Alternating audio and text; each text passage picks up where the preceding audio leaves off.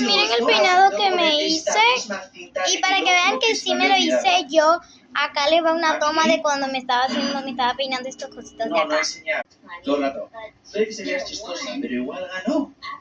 Después de eso, el hombre le dijo a la niñita que ya tenía la altura suficiente para subirse a la montaña rusa. Al principio, la niñita no quería subirse.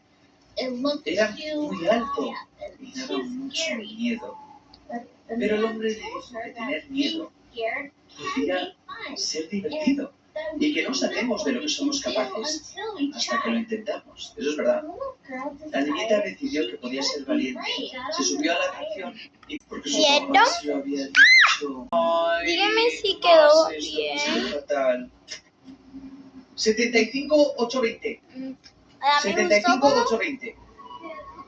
75-820. ¿Qué está pasando? ¿Qué ha pasado? ¡Oh! ¡Oh, oh! ¡Oh, no! ¡Oh, no! ¿Qué ha pasado? No sé por qué me lo hice hoy. Yo dije no busqué ni una idea, no busqué en Pinterest. Solo dije, estoy aburrida, me voy a hacer un peinado. Me lo puedo hacer el sábado también. Ahorita me voy a tomar algunas fotos. Hola, Barry, soy Cara. Y me lo puedo hacer. Recibí tu mensaje sobre el archivo. Si me lo quiero hacer para ir para el colegio. Creí que te lo habían dejado todos por escrito antes de irme. Si mi memoria de pez no me Si me lo quiero hacer para ir para el colegio, me tengo que parar total como a las 5, 4 y media. Ya sabes cómo contactarme. Para que me eche un poder. Pues te hago escuché que la primera oleada estuvo relacionada con la familia Coulter.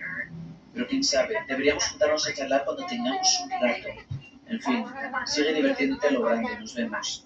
4307. ¿Qué 4307? Oh, ¿es aquí? Sí, es aquí. 4307. 4307. No, me encantó. Hola. Ok, esta es roja. ¿La podemos poner aquí? Bueno, nos vemos, chao. Voy a comer todo el desastre que dejé aquí. En la auditoría. Chao.